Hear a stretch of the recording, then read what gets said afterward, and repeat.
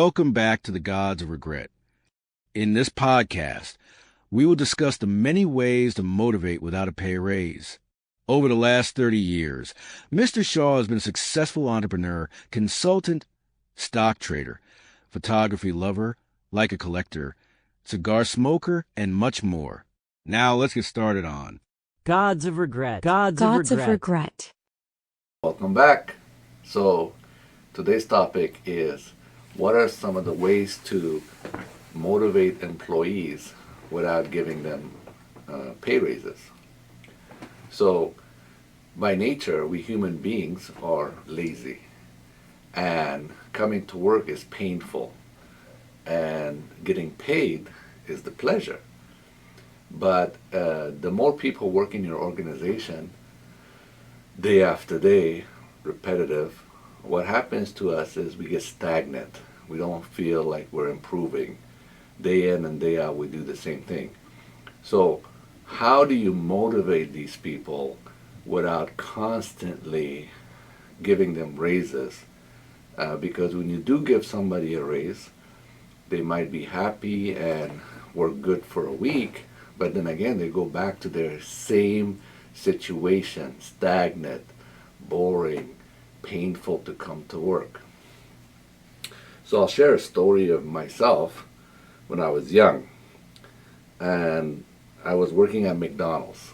I got a job at McDonald's, and I was working in the weekends, and they trained me to make pancakes, and that's all I did, Saturday and Sunday. I think at that time I was making $2.75 per hour, but you know, it was high school, and it was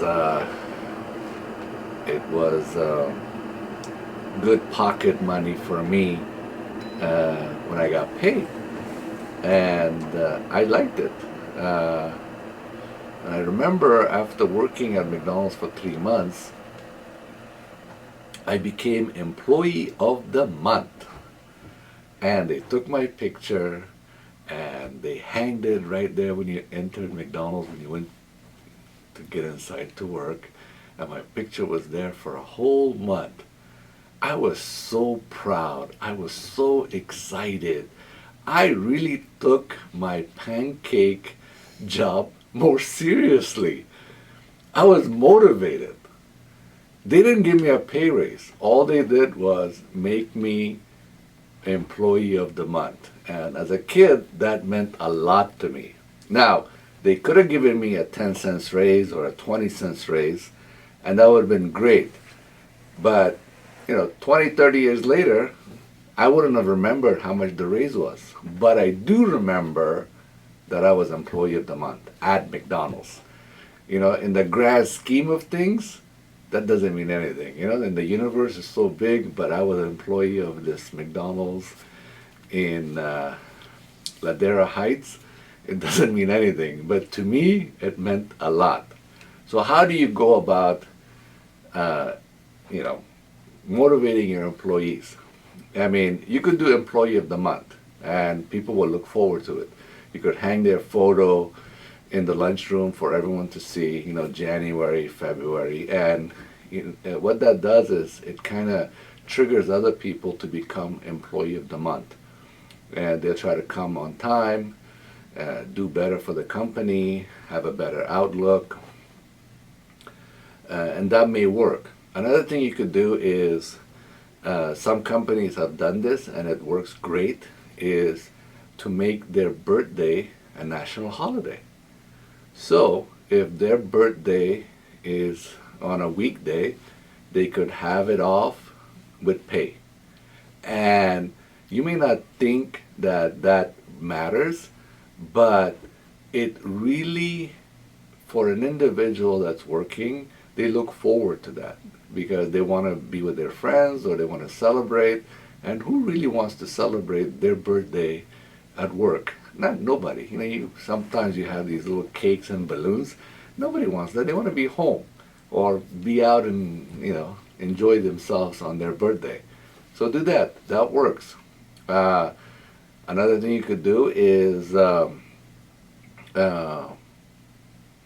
this really works, is to give them more training.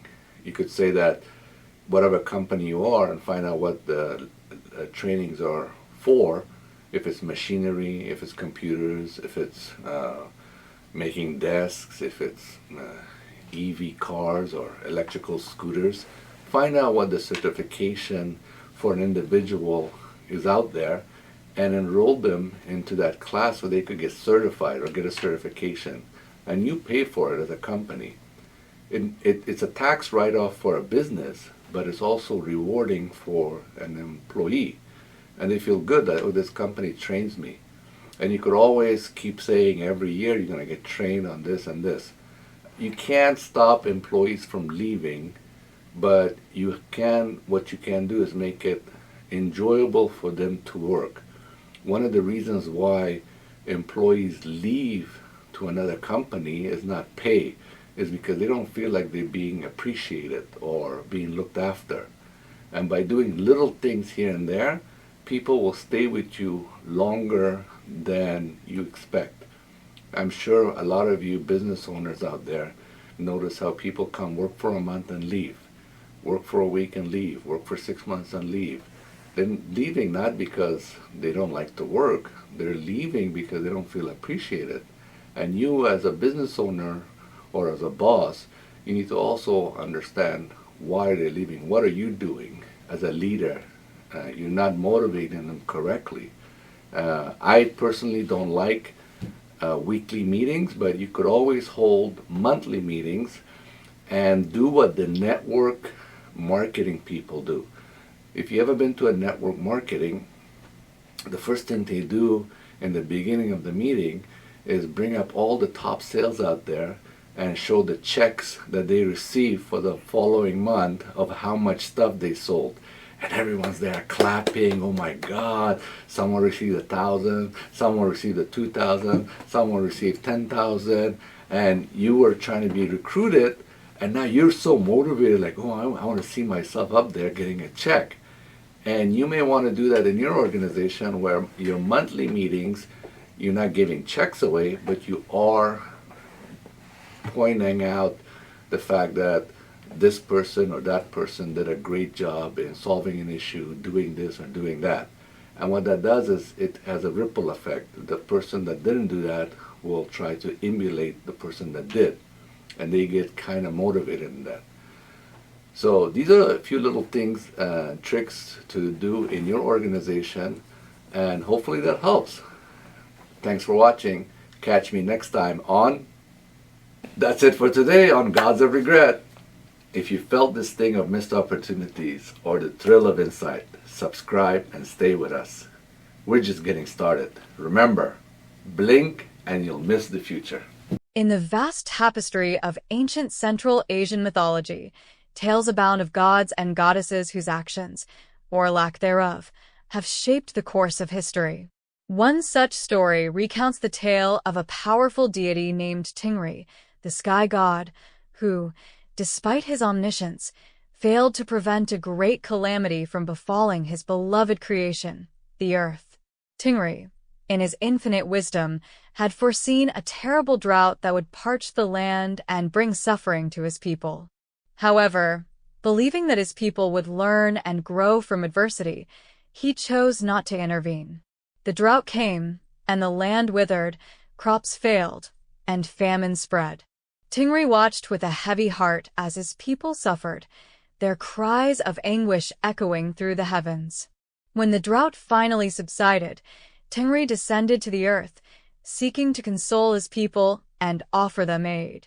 But instead of gratitude, he was met with anger and resentment. His people accused him of callousness and indifference, questioning his divine wisdom. Tingri, humbled and remorseful, realized the gravity of his mistake. He had underestimated the suffering his people would endure, and his inaction had caused them immense pain.